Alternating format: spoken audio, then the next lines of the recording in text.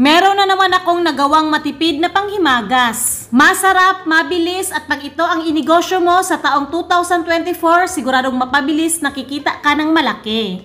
Fudgy bar, milk, custard, hindi ko ubusin to ha. 2 itlog, gulaman na puti, 1 lata ng krema asada, food color na orange ang kulay, anato powder yung gagamitin ko para safe. Optional lang naman to. Tabi lang muna lahat, no, maliban sa fudgy bar. Gagamit muna tayo ng 3 fudgy bar. Bumili ako ng ganito sa grocery, sa baking section. Wala akong cupcake molder kasi mahal yun. Ito lang yung gagamitin ko. Oh, kasyang-kasya. Durugin lang natin tong fudgy bar. Lagyan natin ng mga 1 kutsara. Kayo na bahala kung anong gagamitin nyo pang flat. Para-paraan na lang, oy, naunsa. Ganito, okay na? Ayan, sa 3 fudgy bar, nakagawa ako ng 1 dosena. Tabi muna natin to, no? Kasi gagawin na natin yung totoong panghimagas. 2,2 fudgy bar, yung kalahati, nalunok ko na, char. Durugin natin to gamit ang malinis natin na kamay. Lain pug hugaw, di ba? Ganito, okay na? Hindi condense ha, hindi evap. 2-in-1 talaga na krema asada. Shake muna natin. Buksan muna natin to. Buhos natin ang 1 lata. Pisain natin ang 2 itlog sa ibang lalagyan. Tsaka natin ihalo dito. Konting asin, pagpabalance ng lasa. Yung food color na orange, pero to yung gagamitin ko. Okay. Tapos, haluin natin to ng mabuti. Pag ganito na halong-halo na, itabi lang muna. At tara na at lutuin ang gulaman. Tubig, 1,2 tasa.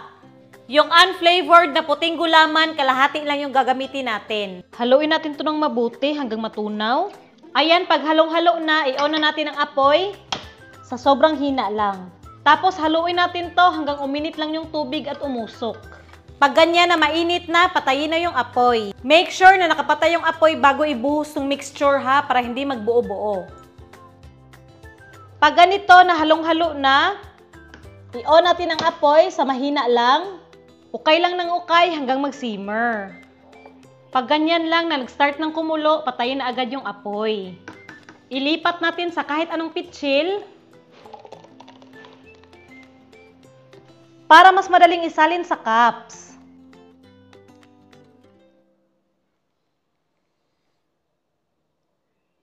"12 cups, may tira pa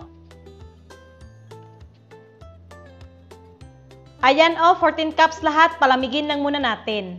Malamig na to at medyo firm na, pero ipasok natin sa ref para mas mapabilis yung pag-firm. Ito na pinasok ko ata sa ref ng 30 minutes hanggang 1 oras. Ito yung walang fudgy bar sa ilalim. Yan guys, kalami. Wow, lasang leche flan. Lain food. Nagab. Subukan naman natin tong may leche flan sa ilalim. Up close natin para mas kita. Yan sa ilalim. Mas gusto ko to guys.